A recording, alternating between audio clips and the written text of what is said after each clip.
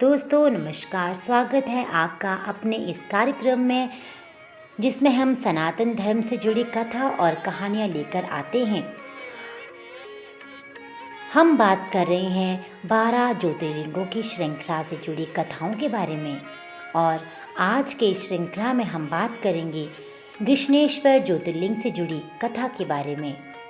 भारत के दक्षिण के देवगिरी पर्वत के निकट सुकर्मा नामक ब्राह्मण और उसकी पत्नी सुदेश निवास करते थे।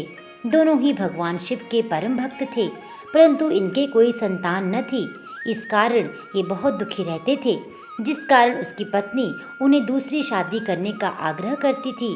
अतः पत्नी के जोर देने पर सुकर्मा ने अपनी पत्नी की बहन दुष्मा के साथ विवाह कर लिया। दुष्मा भी शिव भगवान की अनन्य भक्त थी और भगवान शिव की कृपा से उसे एक पुत्र की प्राप्ति हुई। पुत्र प्राप्ति से दुष्मा का मान बढ़ गया, परंतु इस कारण सुदेश को उससे ईर्ष्या होने लगी। जब पुत्र बड़ा हो गया तो उसका विवाह कर दिया गया।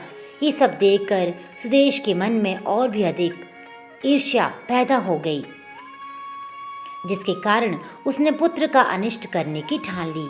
और एक दिन रात्रि में जब सब सो गए तब उसने दुष्मा के पुत्र को चाकू से मारकर उसके शरीर के टुकड़े कर दिए और उन टुकड़ों को सरोवर में डाल दिया, जहाँ पर दुष्मा प्रतिदिन पार्थिव लिंग का विसर्जन किया करती थी। शव को तालाब में फेंककर वह आराम से घर में आकर सो गई। रोज की भांति जब सभी लोग अपने कार्यों में व्यस्त हो गए और नित्य कर्म में लग गए, तब सुदेश भी आनंदपूर्वक घर के कामकाज में जुट गई। परंतु जब बहू नींद से जागी और बिस्तर को खून से सना पाया तथा मांस के कुछ टुकड़े दिखाई दिए, ये भयानक दृश्य देखकर व्याकुल बहू अपनी सास दुष्मा के पास जाकर रोने लगी और पति के बारे में पूछने लगी और विलाप करने लगी। सुदेश भी उनके साथ विलाप में शामिल हो गई ताकि किसी को भी उन पर संदेह न हो। बहू के रोने को सुनकर दुष्मा जरा भी दुखी नहीं हुई और अपने नित्य पूजन में लगी रही। वसुधर्मा भी अपने नित्य पूजन में लगे रहे। दोनों पति पत्नी भगवान का पूजन भक्ति के साथ बिना किसी विघ्न चिंता के करते रहे। जब पूजा समाप्त हुई तब दुष्मा ने अपने पुत्र की भीगी शैया को देखकर, ये विध्वंस दृश्य देखकर भी उसे किसी प्रकार का विलाप नहीं हुआ। उसने कहा कि जिसने मुझे पुत्र दिया है वही शिव भगवान उसकी रक्षा भी करेंगे।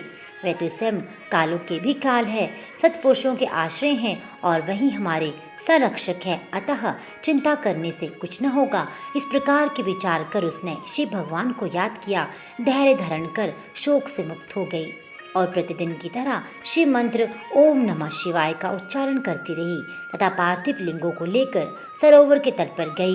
जब उसने पार्थिव लिंगों को तालाब में प्रवाहित किया तो उसका पुत्र सरोवर के किनारे खड़ा हुआ दिखाई पड़ा। अपने पुत्र को देख दुष्मा प्रसन्नता से भर गई। इतने में ही भगवान शिव उसके सामने प्रकट हो गए। भगवान शिव दुष्मा की भक्ति से बहुत प्रसन्न हुए और वरदान मांगने को कहा। भगवान ने कहा यदि वो चाहे तो उसकी बहन को त्रिशूल से मार डाले, परंतु दुष्मा ने श्रद्धापूर्वक महेश्वर को प्रणाम करके कहा कि सुदेश बड़ी बहन है, अतः आप उसकी रक्षा करें, उसे क्षमा करें। दुष्मा ने निवेदन किया कि मैं दुष्कर्म नहीं कर सकती और बुरा करने वाले को भी भलाई करना ही अच्छा माना जाता है। अतः भगवान शिव दुष्मा के भक्तिपूर्ण विचारों को सुनकर अत्यंत प्रसन्न हो उठे और कहा, दुष्मा तुम कोई भी वर मांग सकती हो। दुष्मा ने कहा, हे महादेव, मुझे वर देना ही चाहते हैं तो लोगों की रक्षा और कल्याण के लिए आप यहीं सदा निवास करें।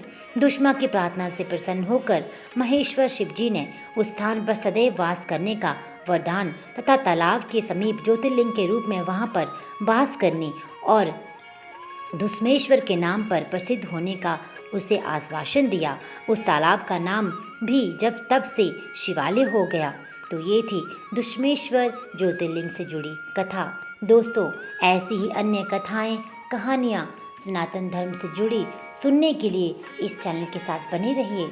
चैनल को अपना प्यार देने के लिए इसे लाइक, सब्सक्राइब और शेयर करना बिल्कुल ना भूलिएगा। आपका बहुत बहुत धन्यवाद।